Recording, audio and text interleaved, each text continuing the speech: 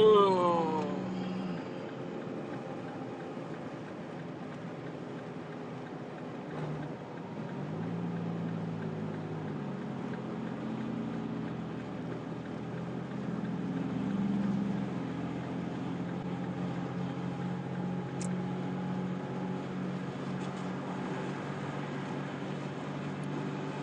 Yep.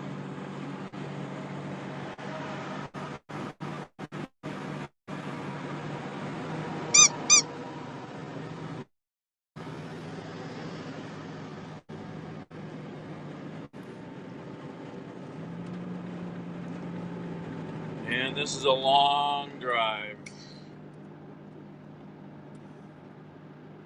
Touchy.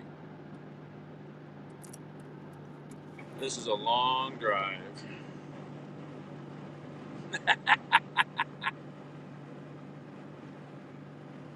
So go look at where Wytheville, Virginia is on your map. Wytheville, Virginia. That's where I'm headed. Alright. So I'm driving back down the same way I came from Marietta. So it'll be nice to see this countryside in the daylight. Of course, there's a fire nearby. Just when I got on the highway, I almost went to look at the fire, but we're on a mission.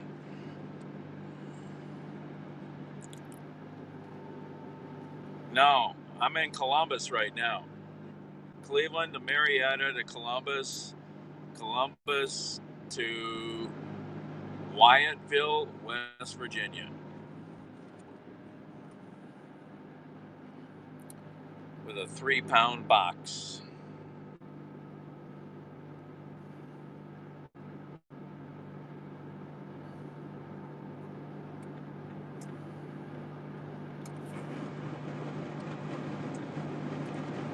And if you don't know about Columbus, look at all that traffic going into Columbus right now. Columbus is a crazy busy economy, man. It's a crazy busy economy compared to Cleveland.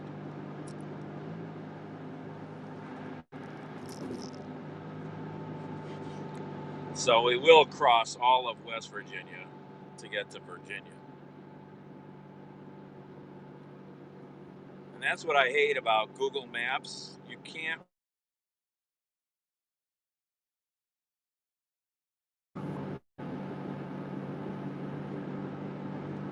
That was January.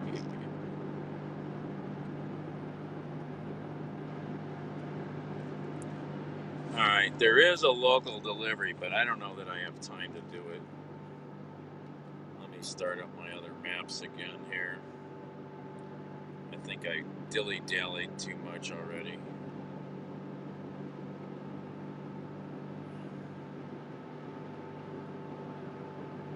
Why? There it is.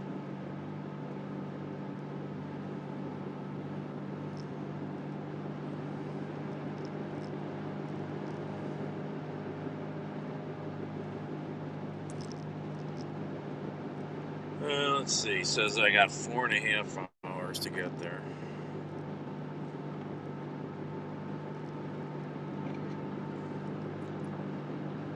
Dropping off. I already picked it up at some big warehouse. I picked up 3 things at the warehouse and took 2 of them to the office in Columbus, 20 miles away. And I'm keeping the one and taking it down here.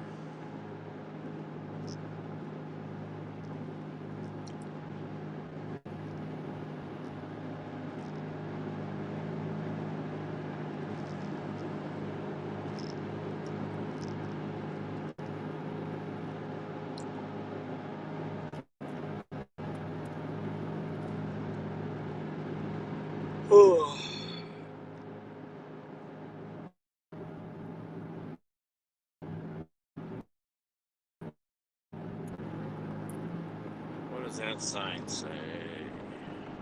Okay.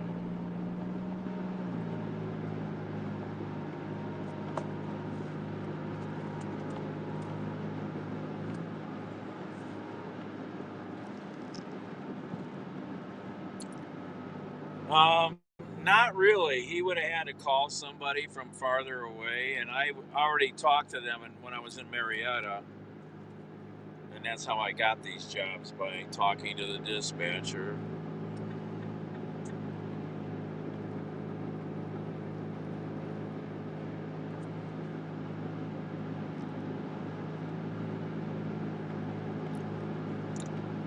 So I got a little money for picking up the stuff at the big warehouse, and then I get this longer trip too.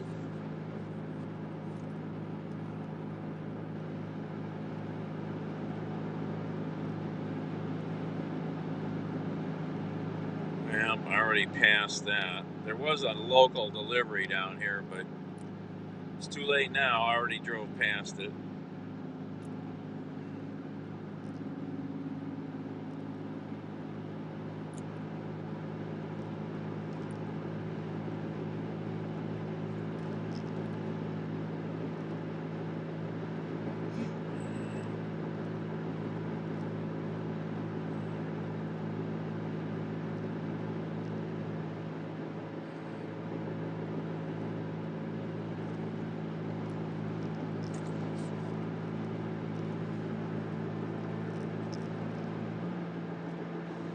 Oh,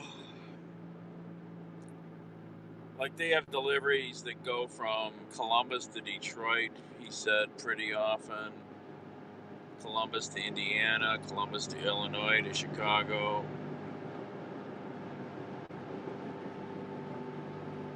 He just had one go to South Dakota and another one that went to Colorado.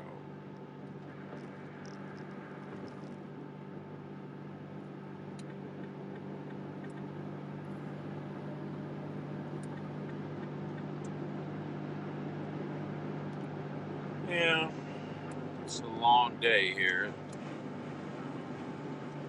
Trouble is, I'll get down there and there won't be anything on the way back. So that'll be the only trouble.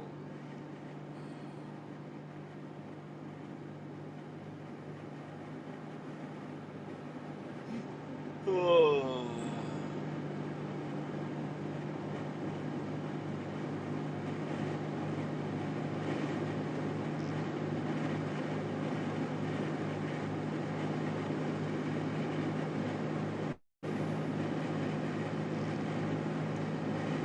Nice sunset off to my left.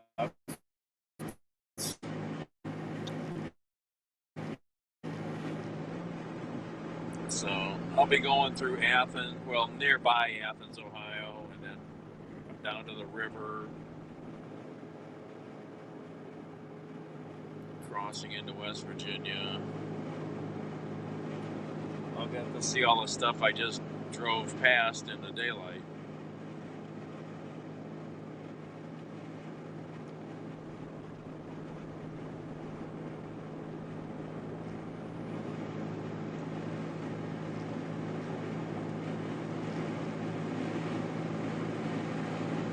Oh.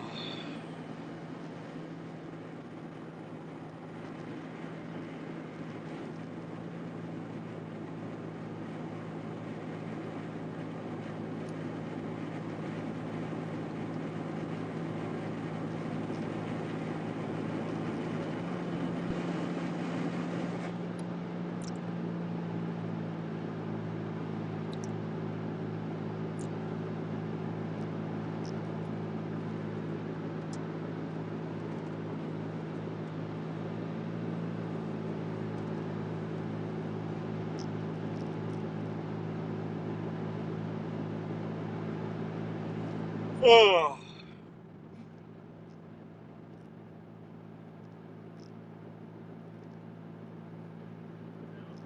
Vehicle and any of those deputies that were on the scene at the time.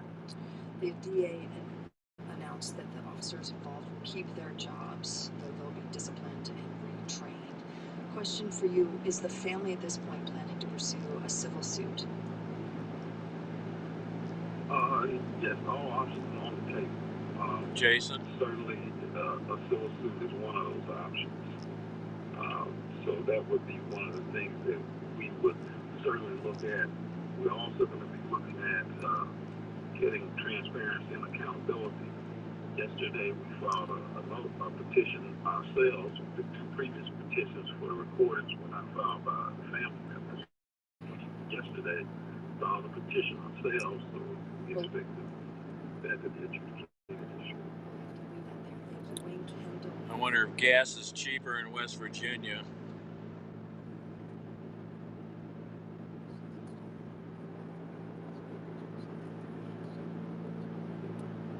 Well, I just went to Columbus, and now I'm going to Wytheville, Virginia. Wytheville, Virginia.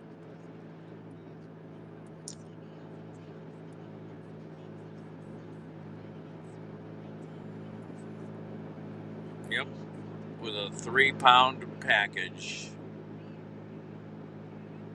I mean, 3 pounds of drugs is always valuable.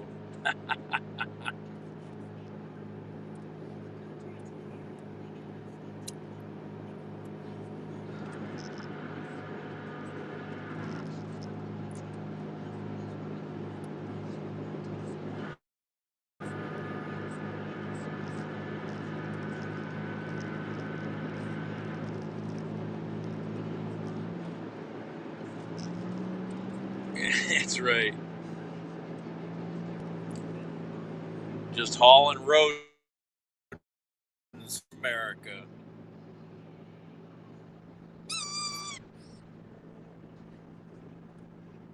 Spreading the infestation. Where's Fredo now?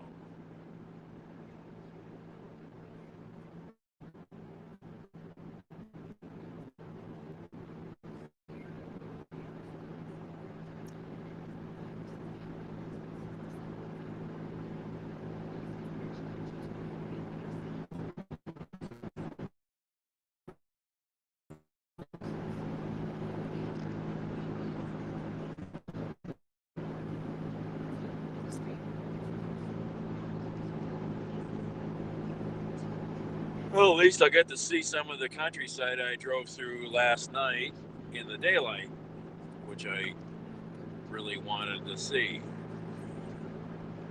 because I've never been down here.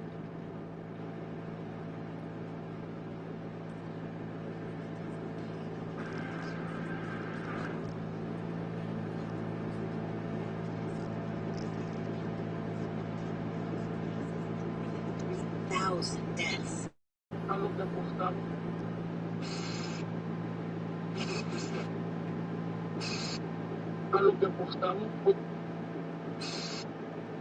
It's desperately needed.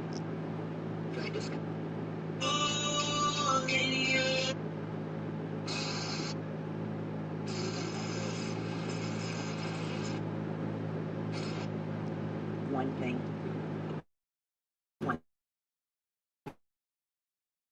I heard him say. A little foggy out there in the fields.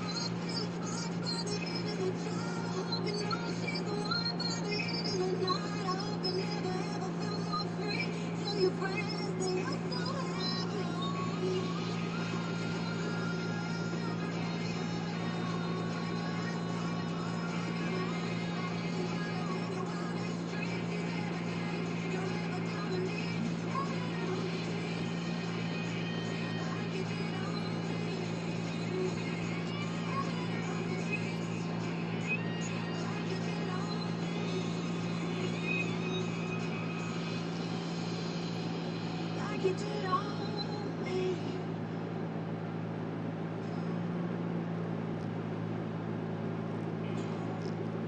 you get healthy cereal and sprinkle sugar on it anyway. Hashtag adulting. Hashtag may as well just get corn pops. Mix 107.9, the adult hit music station.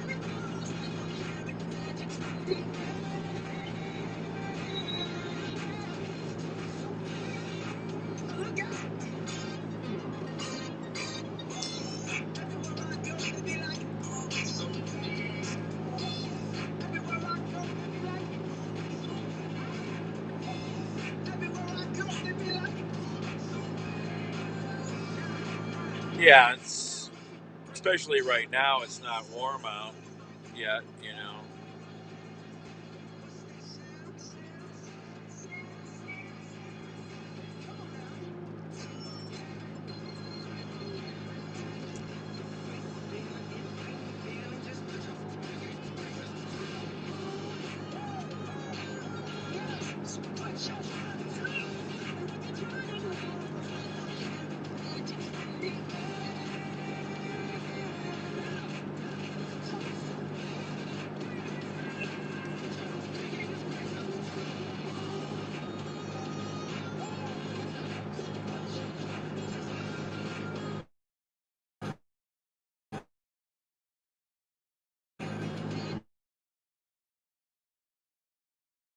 Fire on the east side.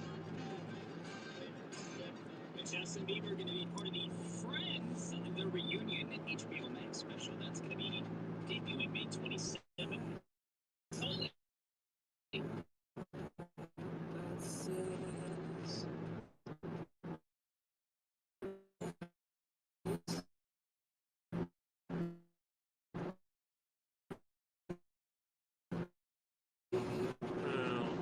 Like it's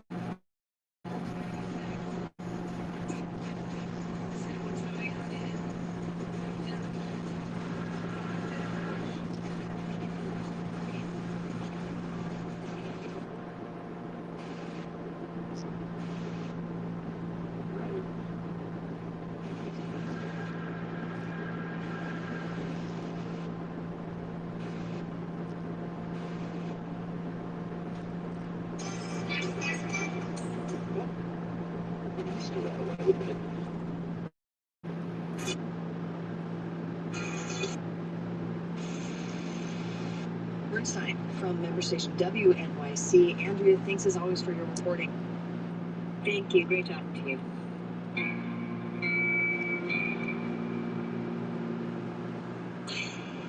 The deadpan expressions of the actor Charles Grodin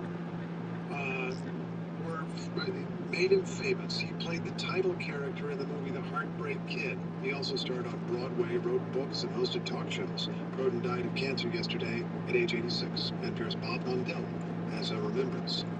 A Charles Grodin character was nearly always doughy, soft-spoken, and most of all, hapless. He was the obstetrician who gave Rosemary's Baby to a coven of witches, the dog owner who couldn't control his enormous St. Bernard in the Beethoven movies, and the man who met the girl of his dreams just a little bit late in The Heartbreak Kid. There is a slight complication. I happen to be a newlywed. She's a nice girl, but just not really my type. Grodin credited Elaine May's direction of The Heartbreak Kid with jump-starting his film career in 1972, though he'd made his debut in 20,000 Leagues Under the Sea almost 2 decades earlier.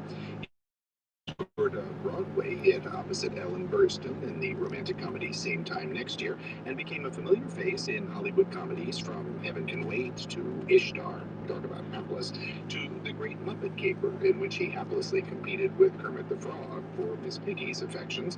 Publicizing so many projects made him a frequent talk show guest, and for those occasions he created a curmudgeonly version of himself, sparring with Johnny Carson more than 30 times. I'm just kind of like trying to defend myself. No, I didn't. I haven't said anything about anything. That's right. Other than, would you please try to make this a more... Just crossed over the Hocking River. Hocking River. Himself in the 90s, his knack for deadpan humor extended to self-deprecating books he wrote about his career, with titles like How I Got to Be Whoever It Is I Am. Bob Mundell, NPR News.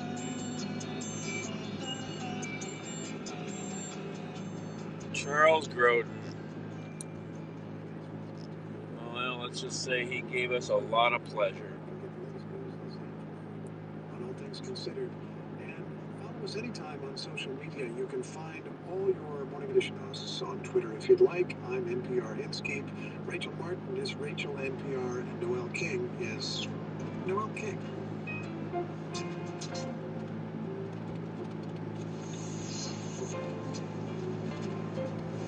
Entering Hocking County.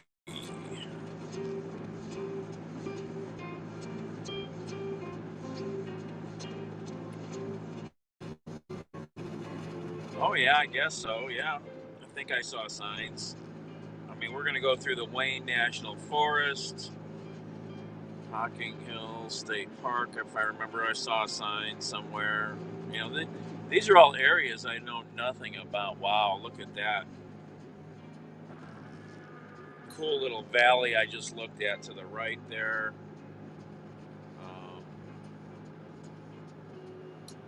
Yeah, I've never been down here, you know. Old Man Cave and all that stuff down here. You know, I've got lots of friends who come down here all the time, but I've never come down here. This is NPR News. As we reemerge from more than a year of isolation, there's a lot to navigate and relearn. There's a big visitor center up here that would be nice to stop at, but we're not going to have time. This is different than it was before. This is going to be different than it was before. How to human again this afternoon on All Things Considered from NPR News. Join us to learn how to... So at least driving through areas like this, I learn about them a little bit. I understand the terrain better, you know.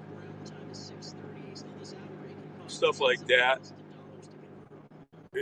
That helps. One way to drive down prices is to organize homeowners into a co-op. If you were to get 50 people together and look into a local business, you're probably going to get a very good deal, right? Same principle works here. We end up performing about 10 to 20% below. I've always done that. Always make a my way through some place that I've never been, even a neighborhood, just so I understand it a little better.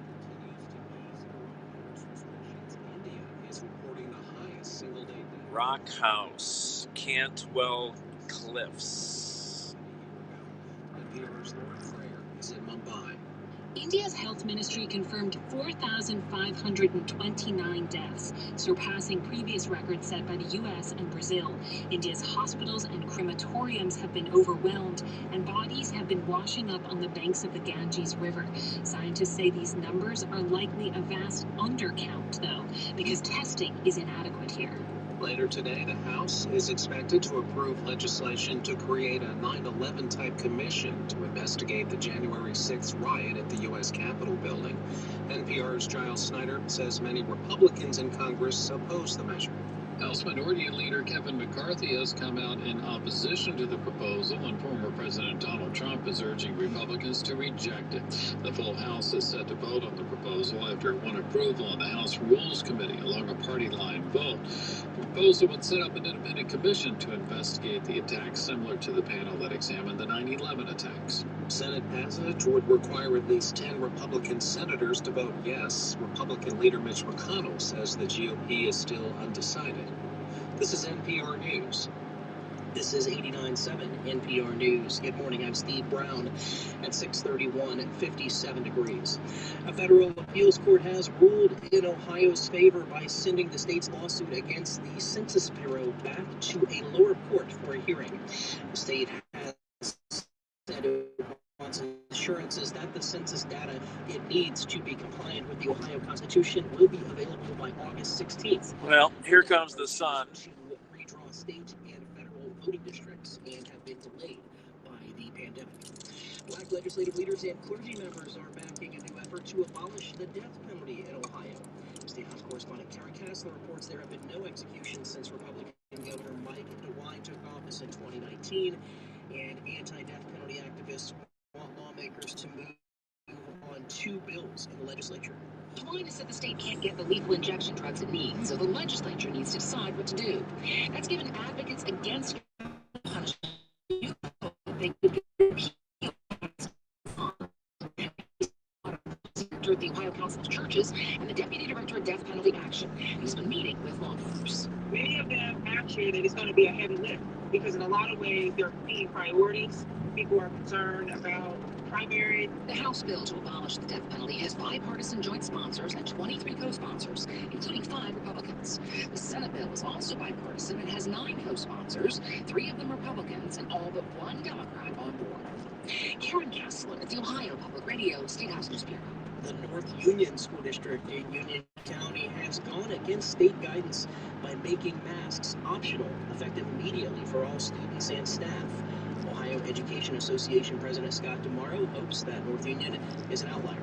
Well, I would hope that what that particular district is doing is more the exception rather than the rule. The state opened COVID-19 vaccinations to kids ages 12 to 15 last week. A few weeks ago, a district near Cincinnati also... Yeah, I wish I could show you more off to the left. Right. Mostly sunny skies today, high of 85, down to about 62 degrees tonight. Downtown Logan, Ohio. And a high of 86. Exit here. In sports, the Clippers beat Toledo, the Indians beat the Angels, and the Reds lost to the Giants. At 6:34, I'm Steve Brown on 89.7. Support for NPR comes from this station and from Fidelity Wealth Management, helping clients develop a personalized plan to grow and protect their wealth. More at fidelity.com/wealth. Investment minimums apply. Fidelity Brokerage Services, LLC. And from DuckDuckGo, a privacy company committed to raising the standard of trust online. Used by tens of millions, they work to help people search privately and avoid trackers. DuckDuckGo. Privacy simplified. This is Morning Edition from NPR News. I'm Rachel Martin. I'm Steve Inskeep. The CDC's latest guidance that fully vaccinated people could go maskless in most settings, indoors and outdoors, surprised many people, including state and local officials. So how is the announcement affecting communities? Let's check in on them. Quentin Lucas is mayor of Kansas City, Missouri. Good morning, sir. Good morning. First, beautiful city. I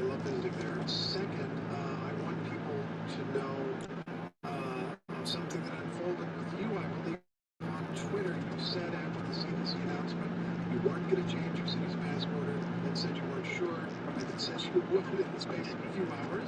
I think you probably spoke for America there. There was a little bit of confusion. What was going through your mind? Well, at first, I was in some ways thinking consistently with previous CDC advice. Well, I need to be there by 10:30, Mask mandates, they're still important. and So it'll be tight. not vaccinated. I think 70% or so, at least 60% of my community is not vaccinated. So I first thought nothing changes. Then we read the further guidance, and we started hearing from more people, more folks, some of the anti-mask.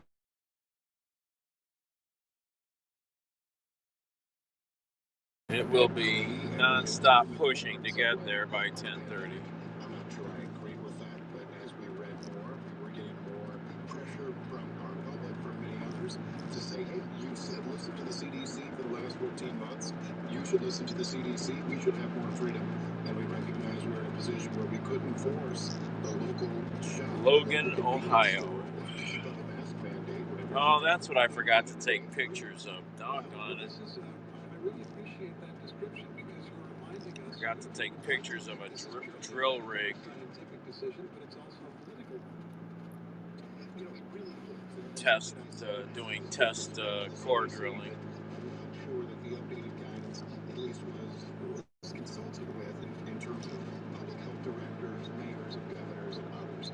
Because for those of us, particularly here in the middle of the country, like where I am, every new order gets all of this public pushback. We were always fighting a fight to say to folks, look, we'll trust the science, we'll rely on the doctors, but let's try. I don't know if you can see how foggy it is up there. When we get a rule that says vaccinated and unvaccinated can be the same. Yeah, I think you can see how foggy it is. To us that in a way that enforcement became not really much of an element of what was being done, and we are all living in what appears to be largely a national honor system.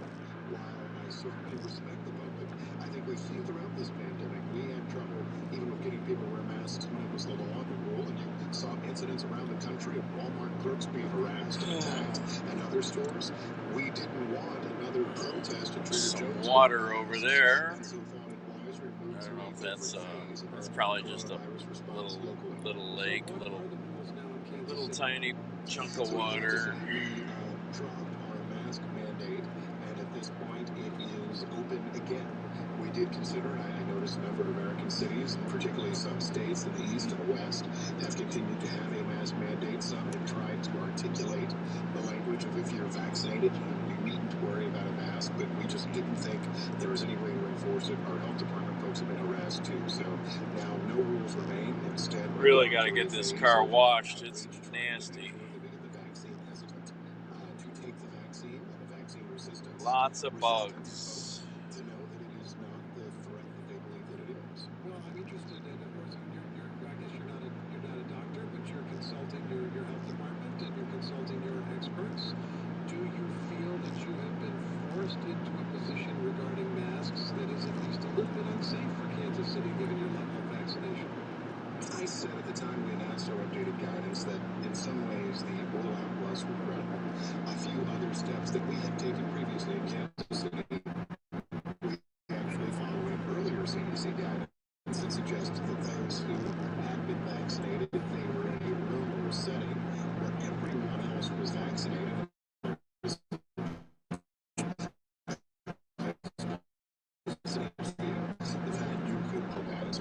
that suggested that cities should have actually gone to a point where they reached, let's say, 70% vaccination rates, even 50% vaccination rates, that type of direction, which would allow people to know that we're not quite there yet, but we're close and we need your help getting there. We lacked that, and so we were in a position where instead we did feel somewhat forced with the position we could take. If you're being reasonable, there's not really a way to enforce that mandate if you're trying to split between vaccinated and unvaccinated in the same places. In a few seconds, you mentioned the vaccine hesitant. Are you optimistic you're going to get more people on board with vaccines? Yeah, I think that what we have to do is remove barriers to entry. I went door to door, primarily Latino community in Kansas City the other day, talking to people about opportunities down the street. That's the outreach we're doing with different language populations, with other populations, and I think we have a good opportunity there. Mayor Quentin Lucas of Kansas City, Missouri. Thanks very much, sir. Thank you. Protests in support of the Palestinians happened in cities across the U.S. yesterday. Current violence between Israel and Hamas is motivating a vocal response in this country. NPR's Connor Donovan reports from one protest that happened outside the Israeli embassy here in Washington. A crowd of protesters filled the sidewalk and street outside the embassy's front gate. Many were draped in the black, white, green, and red of the Palestinian flag. Their chants criticized the U.S.-Israel alliance.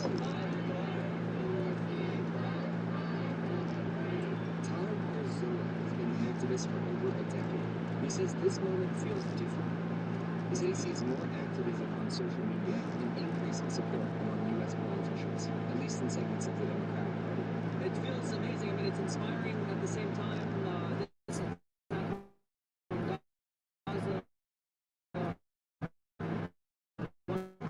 This violent.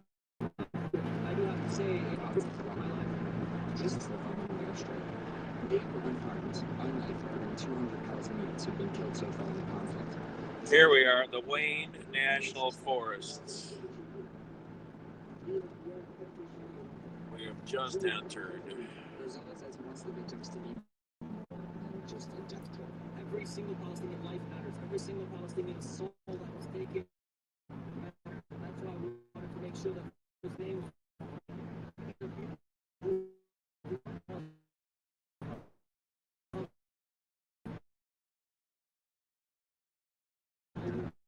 was taking part in wanting to show solidarity with Palestinians.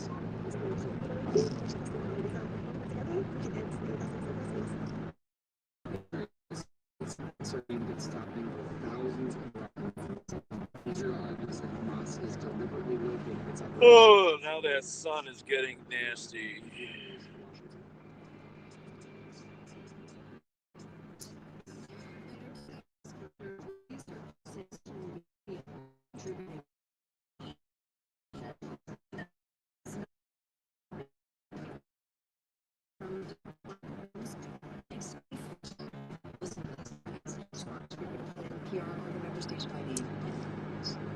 And you can ask your smart speaker to play WOSU. Good morning, I'm Steve Brown. Just about 18 minutes now before 7 o'clock. Stay tuned for all the day's business news coming up on the Marketplace Morning Report. It gets underway in just about 9 minutes right here on 89.7 NPR News. And your weather forecast, look for mostly sunny skies and a warm day today. High of 85 down to about 62 tonight. Currently 57 degrees in Columbus. Time now for another check on your morning drive. Careful on the north side as West Road remains closed. Morse Road for a couple of blocks. A pedestrian reportedly struck and killed north of Morse Road overnight. We'll go ahead and pick up Cleveland Avenue and or Sunbury Road as a detour, and watch westbound Morse Road and the right lane blocked to that area as well. Accident scenes 70 westbound just west of Neal Avenue off to the left. I'm John Hill with Columbus traffic. Good morning from the BBC in London. I'm Sarah Hawkins with BBC Topline. A few stories we're following right now. As fighting enters its 10th day, there have been further Israeli airstrikes on Gaza, while Palestinian militants have fired more rockets into Israel. Yeah, Athens. Yeah, I've never been to Athens. It's the one big school in Ohio I've never been to.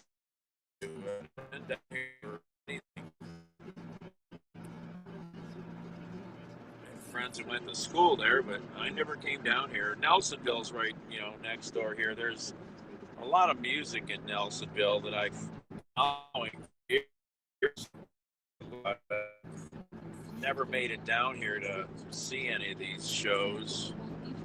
Entering Hocking County again.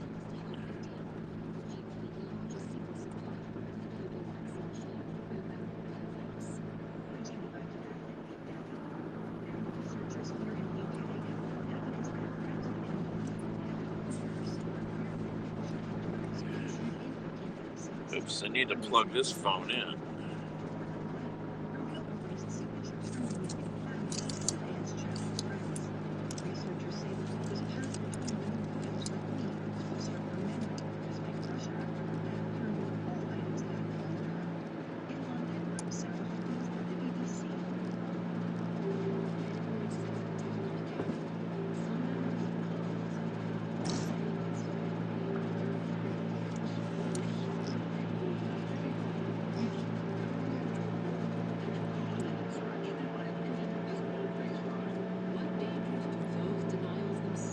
Jamboree in the Hills. I've heard of it. Yeah, I never went to anything, like I said. No, the music thing, no. At the old Opera House in Nelsonville has some pretty good music. And then there's the Nelsonville Music Festival every year. And, just never got down here to see any of it, even though I was following stuff. At least I know where it is and know how to get here now.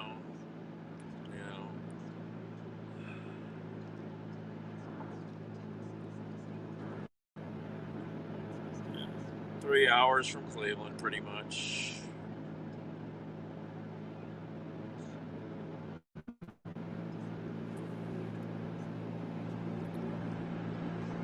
Burr Oak State Park.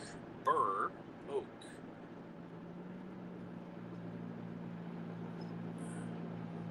Hocking College.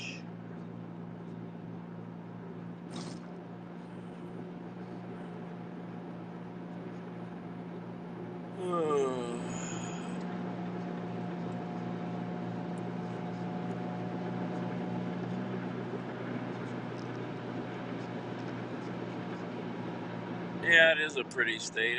This is the area that's definitely probably more interesting to me, and I never came down here, It's just weird how that, you just never go do shit.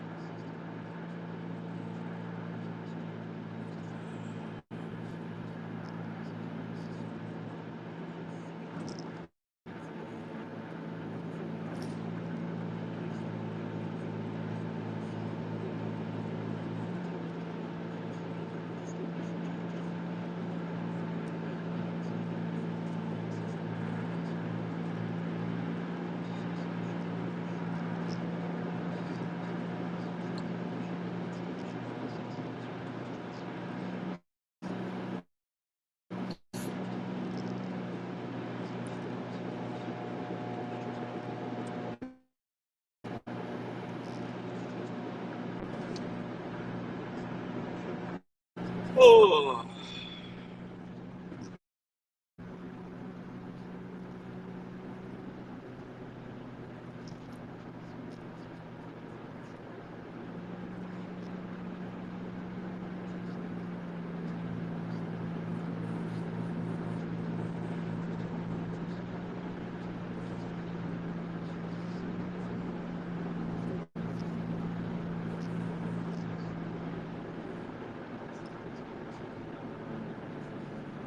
Getting close to Athens. Gotta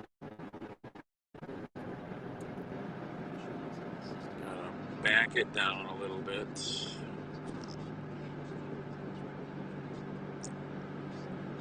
Yes.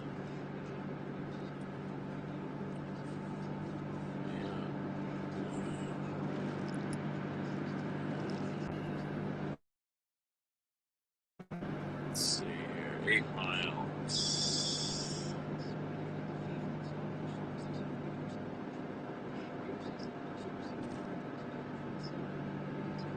The Fun Barn. Let's go to the Fun Barn. I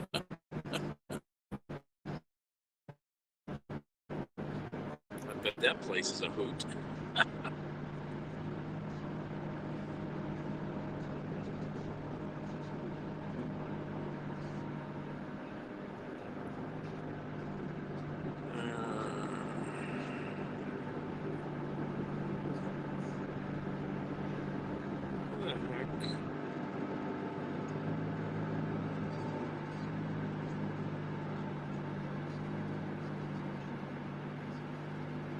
Tolls? Is that a river toll, maybe? Maybe that's a toll over a river. Toll bridge. Interesting. I don't know.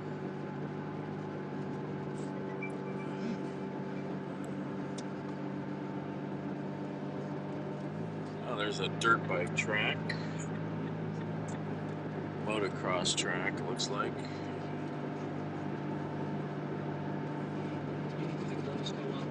Thursday evening on Zoom. Low 62 tomorrow, mostly sunny, high 86. It is 57 at Radio U. RadioU.com has details on Kingdom Come.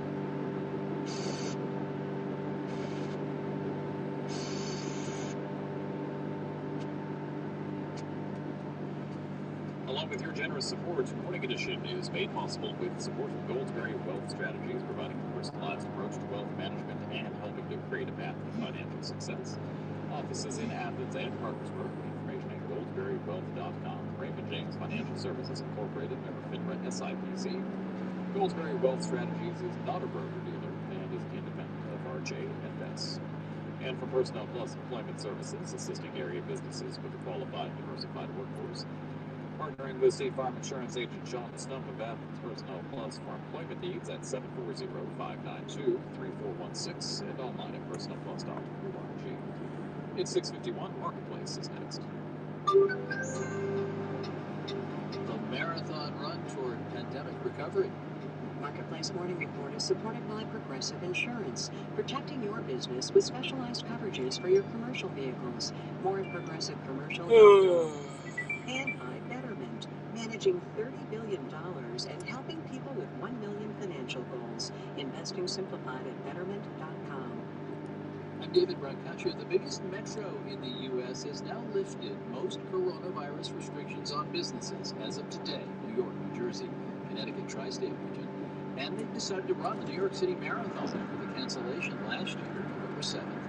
Smaller, 33,000 runners instead of 50,000 staggered start times. This is about lifting spirits and about money. Here's Marketplace's Mitchell Hartman. When the 2019 New York Marathon on your mark. Hello, Mike. Was replaced in 2020 by silence on city streets. More was lost than 26 miles of sweat and strain for the runners. I delivered a thing from Cleveland to, actually from Painesville to Marietta. Then I called the place, the office in Columbus, and they said, yeah, we got some deliveries this morning. So I was mostly going to just go do a couple local deliveries in Columbus, but then he's got this long one to Wytheville, Virginia. Wytheville, Virginia. Definitely the noodles will be soggy by the time we get there.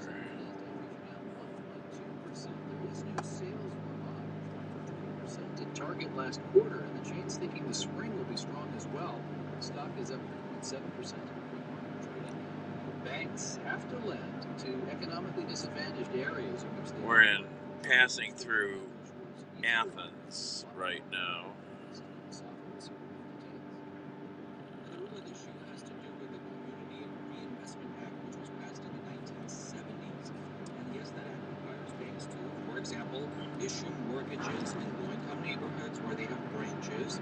And one of the things banks have to do is pass tests that gauge how well they're complying with that law. The Trump administration revised rules last year to make it easier to pass those tests. What the Biden administration is now saying, David, is never mind. Thanks. I just don't have time. Those changes, we're going to start. Let's see, I think I'm doing good, but I still got, Banks had you know, the Office of the Comptroller of the Currency, which is the agency we're talking about here, to either start over or at least delay when the Trump-era changes would take effect. And that's because it would be costly to comply with the changes, especially if the Biden administration just revised the rules again. So industry groups are pleased with the latest developments. Banks do want regulations modernized, though, to reflect online banking practices. I mean, I'm doing okay on time, but revisit the rules, reconsider what needs to change. Thank you. I don't know that I have much time to. Oh, there's a state trooper, of course, and I'm going a little fast. Contact centers with the tools they need by working to ensure their customers are remembered, heard, and understood. On the web at genesis.com/superhuman. And by Womply, committed to helping self-employed workers and small businesses get their PPP loans. Application determines eligibility. Or at WOMPLY.com. helping transform Not supply watching my chains, speed at strategy, all. services, and software, including GEP Smart and GEP Next. No, I'm on AI a digital back procurement road, and supply chain. Route 33, China was the first major economy to ease Tony. pandemic lockdowns, but production bottlenecks are still squeezing industry factories short. Even movie production, due to special effects and animation. Here's Marketplace's China correspondent Jennifer. Let's see here. I'm on a guided tour of Dachang Movie Town, 30 miles from the heart of Beijing. Here, everything from reality shows to feature films are shot. First stop, Stage 8, where Jackie Chan movie was filmed in 2017. What could have been the second stop, a film school, has been closed since COVID-19 struck last year. The firm that ran the film school, Base Media, does visual effects and animation for the likes of Star Wars, Mandalorian, Captain America, plus big Chinese films like Wandering Earth. The firm's founder, Chris Brembo, says Hollywood productions came to a halt last year. Things got so bad, he says, he didn't just have to shutter the school, but also lay off scores of workers in his Malaysia office. Yep. Very pretty area. We had 15 total staff. Okay. Now he focuses on the China market, but his staff keeps getting poached by gaming companies whose business exploded during the pandemic. These firms' video games are more and more. We go this way now. Says 10% of his workers left over the last 9 months. It's bad, but not as bad as for some other visual effects firms. There are companies here in Beijing that have lost entire markets every day. One day, it's How are they attracting the money? How much more are they paying? What's kept his company alive during the pandemic, says Brembo, is his animation business, which has made up for some of the work lost when movie companies had to cut back on filming. Earlier this year, Brembo's firm released its first animated film. It's called Frustrated. I see a little bit of the city to the right. Probably some of the university over there is what I'm looking at. But it's set in modern Shanghai, and instead of a genie, there's a dragon.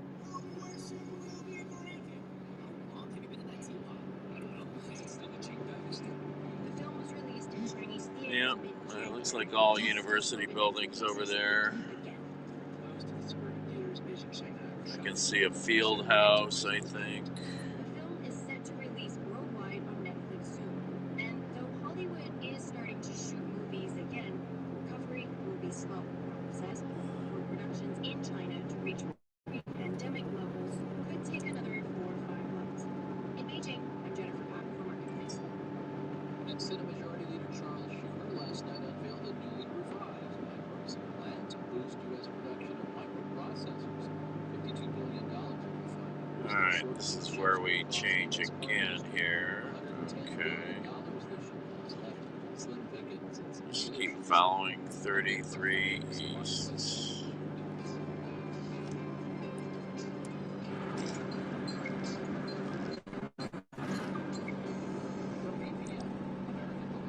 Pomeroy.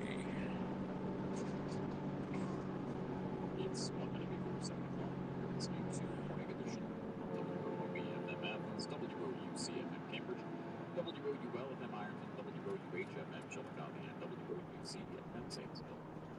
Along with your support, Marketplace was made possible with support from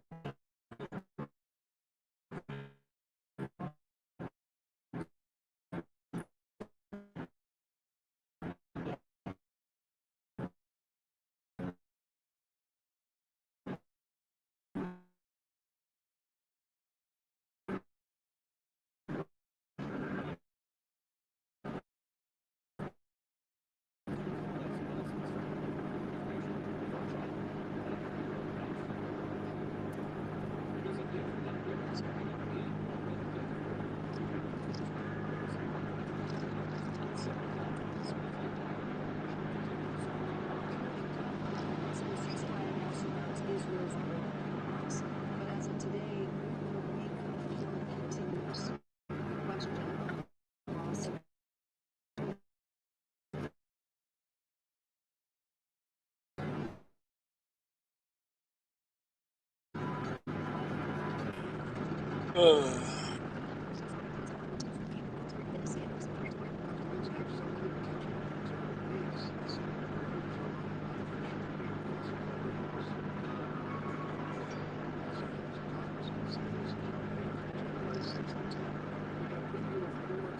Speed trap reported ahead.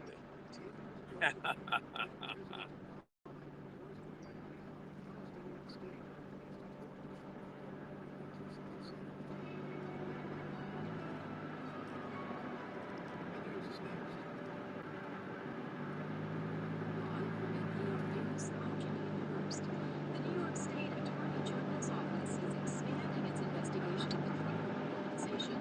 And here's Giles Snyder's reports the crowd is now considering potential crimes. A spokesman for New York Attorney General Letitia James issued a statement saying her office is expanding what had been a civil investigation. Her office now says it's actively pursuing criminal violations along with the Manhattan District Attorney's Office. The Manhattan DA has been looking into former President Donald Trump's business dealings for more than 2 years. He won a legal fight over Trump's tax records in February as it investigates potential tax, bank, and insurance fraud. James's office has been investigating possible civil violations since 2019. Her office now says it has notified the Trump organization of the criminal aspect of the investigation. The president has previously said James's investigation is politically motivated. Bill Snyder, NPR News. Okay, well, we're not going back right back there. We switched roads, and so we're still staying on 33 here. When I came up from Marietta, I was on 50 and 7. So I have not driven this road till now either.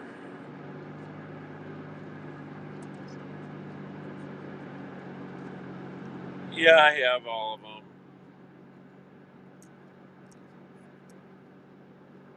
Let's see here. Let's exit that. Let's exit that. Copy. Select all. Copy.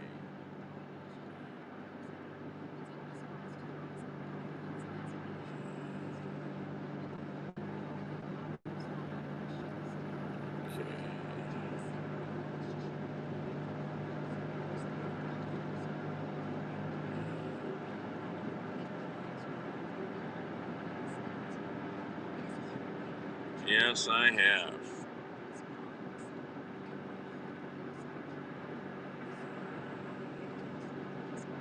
I'm on a mission.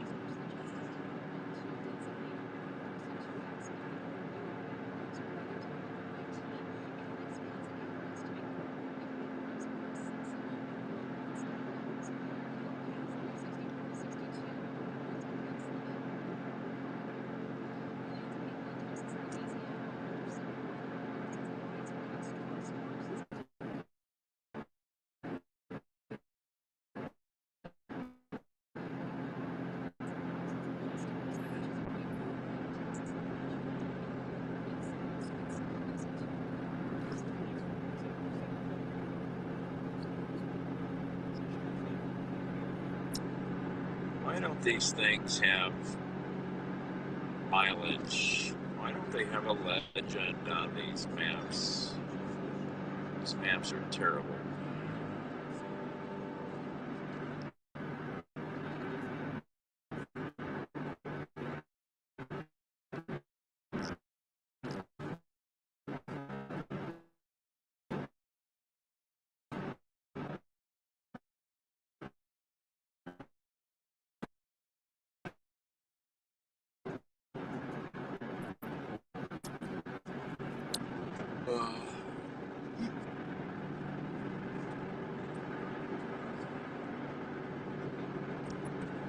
Drink some water.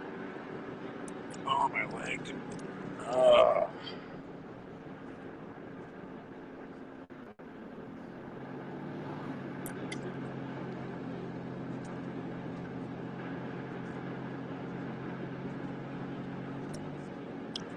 The crows are out for the morning pickings.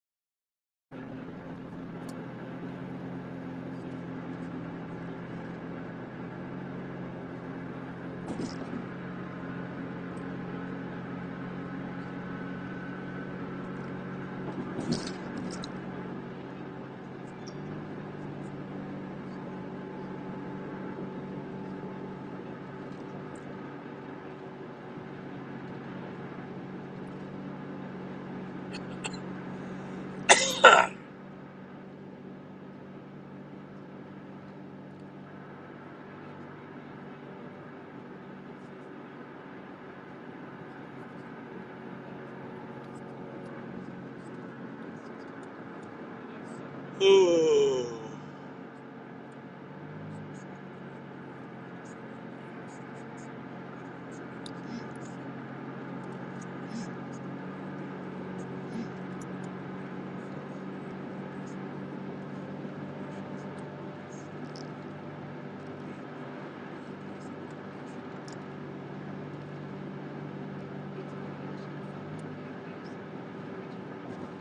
We're in another county. I'm not sure which one. The sign was small.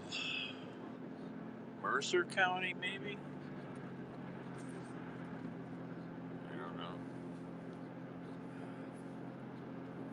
I tried asking Siri what county I was in before. She never gave me an answer. You're so far off the map. Don't be silly.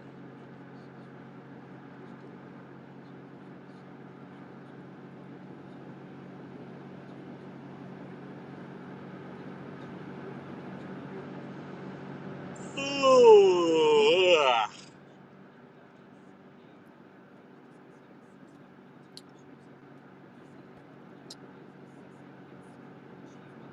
Well, this was surely quite the road project when they put some of these roads in out here. Lots of earth moving.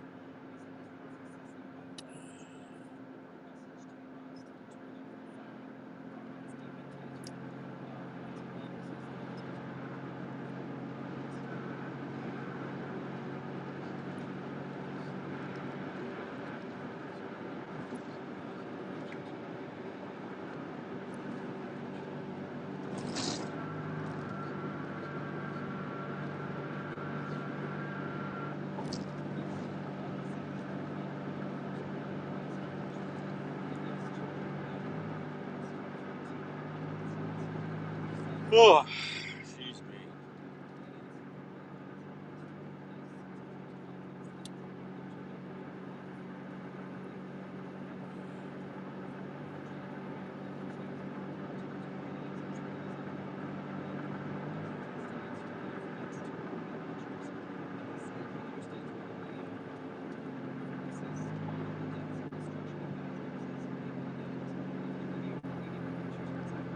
Oh, I see. Okay. 33 takes us farther south. Okay. Compared to where I was, and Marietta's a little bit more north. Got it. Now I understand a little better.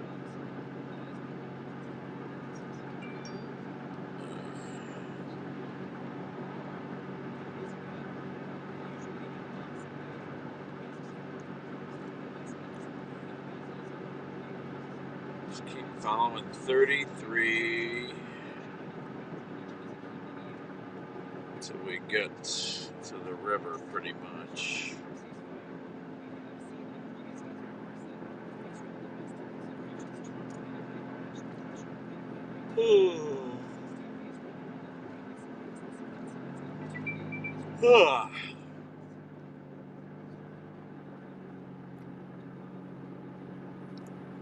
Back to 4-lane highway, divided highway.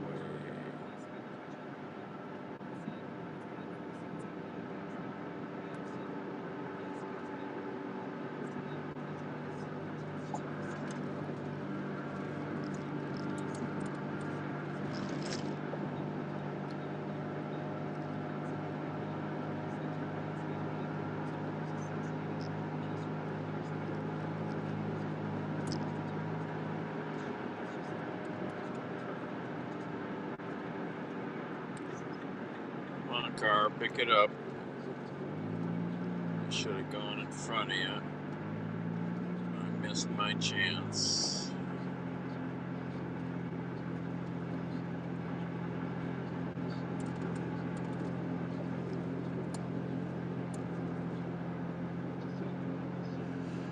Oh.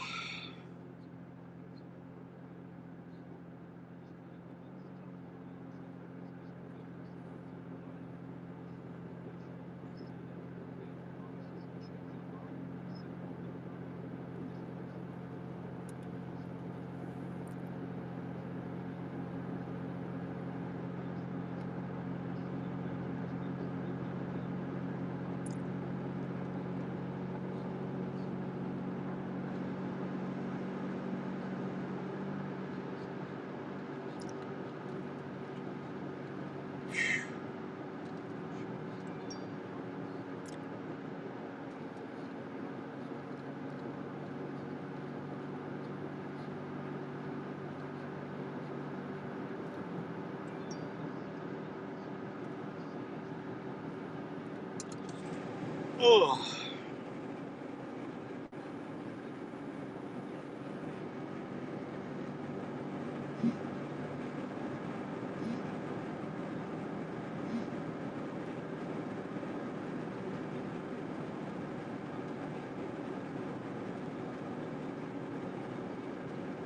Yo.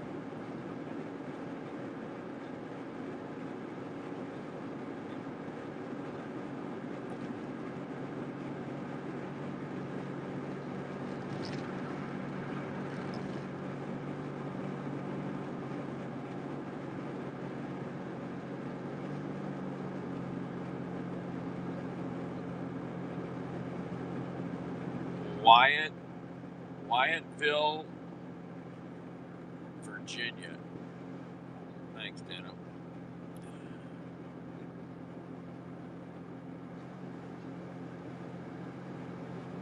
Don't ask me. I've never been there either.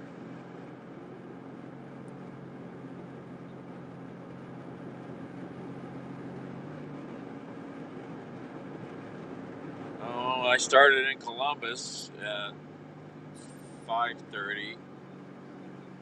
I already went, from Cleveland to Marietta. Then I went from Marietta to Columbus. Now I'm going from Columbus to Wytheville, Virginia. It's a 5-hour drive. Probably less.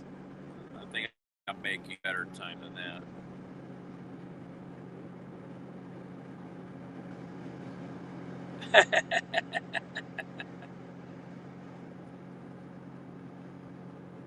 Yeah.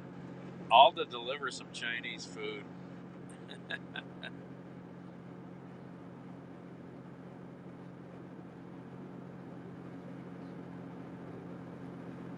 Yeah, we're finding out, It's a lot of driving to make this kind of money, Trouble is, I get down here, I won't have any trips back probably. So, that's the only problem. Maybe I can pick up some other deliveries, from my other apps. Yeah. Hopefully I can pick up some other deliveries. I missed 2 little deliveries on the way down because I wasn't paying attention.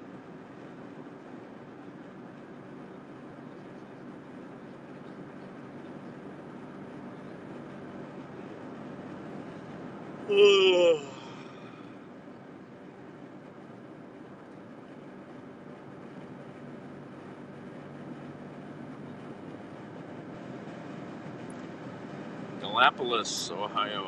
Gallipolis. Gallipolis.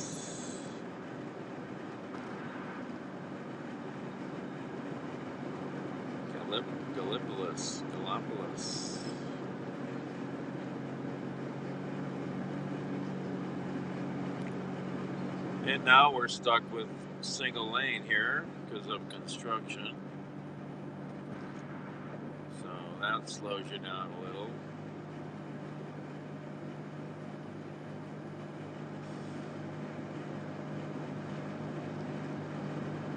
Expressway ends 1 mile. No.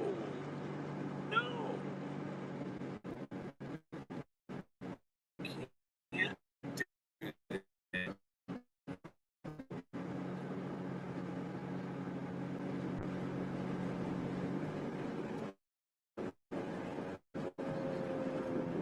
Oh, wrong way. I went the wrong way. I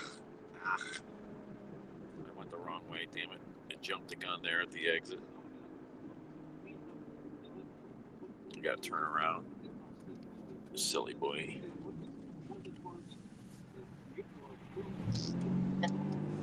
What the heck is on that hill over there? That's a crazy cemetery. Well, when you got hills, you use any plot of land you can. That's all you got is hills. You ain't got nowhere else.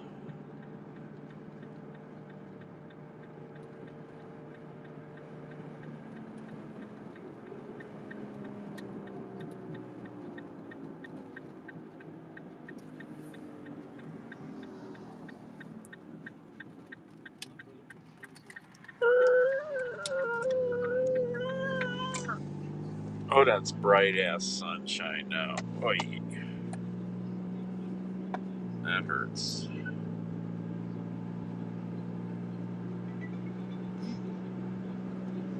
Alright, my map is all confused now.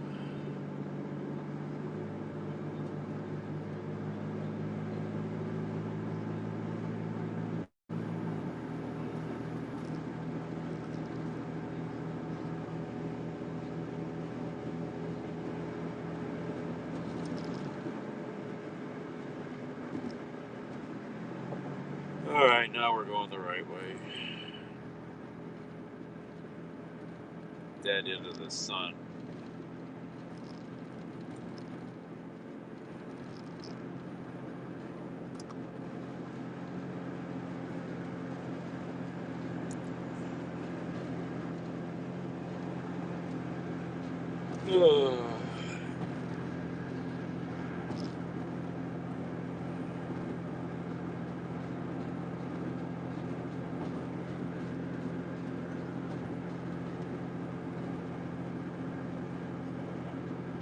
You're listening to Morning Edition on your NPR station. Take a look at the weather forecast. It's going to be a sunny day, highs around 85. Partly cloudy tonight, lows near 60. Sunshine tomorrow, highs 85. Partly cloudy tomorrow night, lows near 60. And Friday, partly sunny day, temperatures mid and upper 80s. Right now we have clear sky for much of the region. Temperatures right around 50 degrees. Thanks for joining us on this Wednesday morning for NPR's Morning Edition. Coming up a little later, America's best-selling truck is coming out to go electric. This Ford unveils a battery-powered F-150. There's a lot riding on the new vehicle, and not just for Ford, as we'll hear at 7:34. Morning Edition is made possible with support from the Athens Convention and Visitors Bureau, presenting spring in Athens County along the bikeway, trails, and Appalachian towns where adventures and passions await. More information at and David White Services, a local paramedics heating and cooling company in Athens, Lancaster, Central Memphis.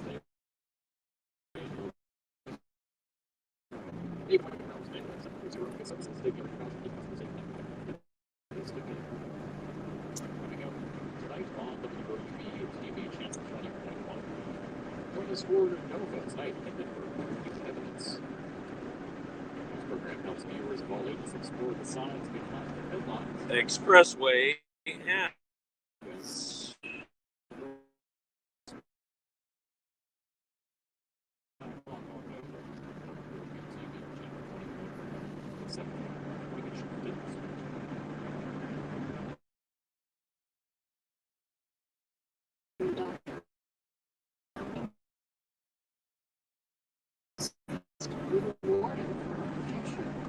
Well, 15 minutes we'll be in West Virginia or so.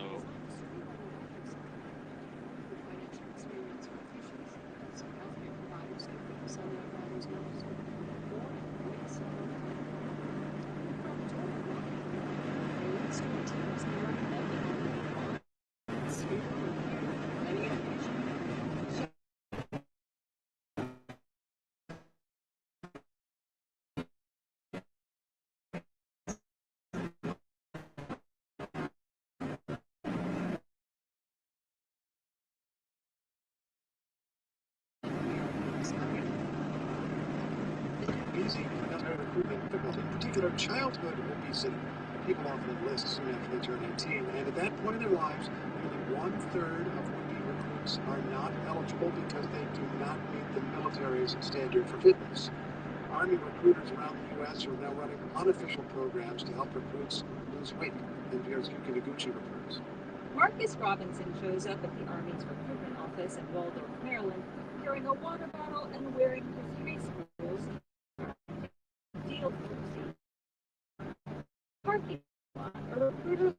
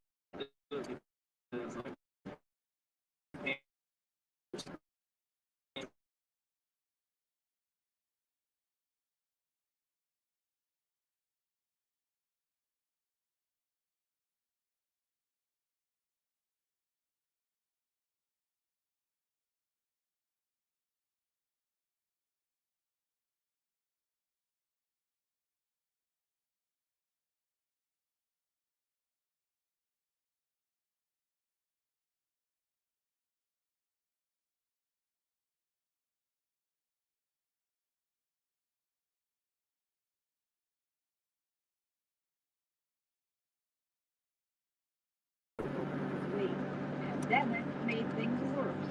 After Corona started, that quarantine hit me hard. His summer job at an ice cream shop packed on more.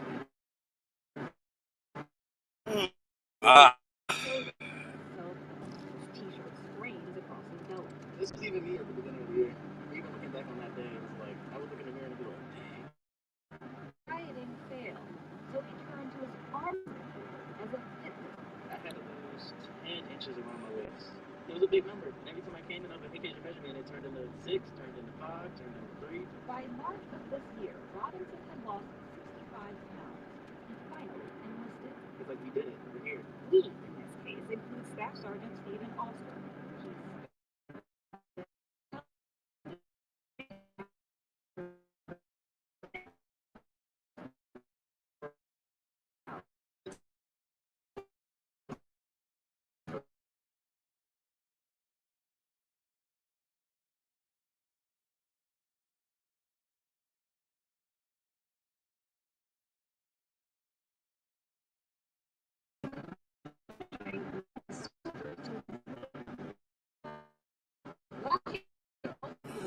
Lose 100 pounds.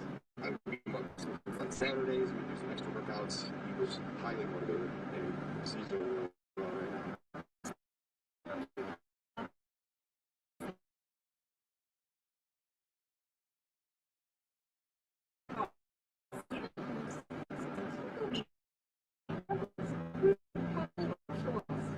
Ross, the retired Army Major General, is also a member of Mission Readiness and on fit for preparing people for service. He says historically the military recruits heavily from rural areas in southern states where obesity rates run even higher. Recruiters can't afford to ignore them, he says. Instead, they have to try to help them lose weight quality. That's what our recruiters across the nation are dealing with. Obesity is a huge concern to top military brass, but addressing it once it's already set in is notoriously difficult. Many factors perpetuating it are beyond a recruiter's control, like family income and access to healthy food. Jeffrey Snow headed recruitment Bye-bye, little car. until 3 years ago. During his tenure, the former Major General was outspoken about the powerful force and food insecurity. It's a wicked problem, and I'd also be the first one to tell you, after talking myself blue in the face over the course of 3 years, I can't even tell you that I had an impact on this issue. And yet, Snow says, recruiters' grassroots efforts do make a difference, and the Army agrees, though it doesn't track people before they enlist. But Snow estimates that as many as 1,000 to 2,000 people a year end up losing enough weight to make the cut. For those young men and women that were able to join a diet changed their life. Marcus Robinson says that's certainly true for him, even though he still struggles. Eating is a mental challenge. He gets discouraged when he compares himself to super fit men at the gym, or when he falls off his diet of lean meats and vegetables. But his recruiter, Stephen Ahlstrom, is his backstop. One Wednesday he wasn't performing as well, and it's because of his diet. And Do you remember that conversation? I actually do. Came in late and I was talking to him about how he just got me back on track. Ahlstrom nods and smiles. He admits he too has his own junk food impulses. I make Friday my cheat day. You can't just cut off all that.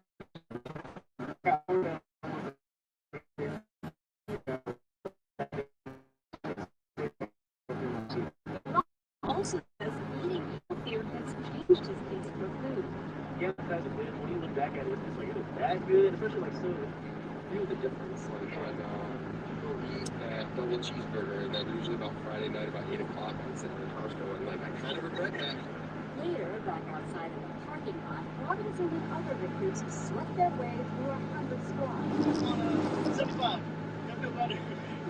Nearby, a young boy named Nicholas plays with his toy cars. His mother is also a recruit, puffing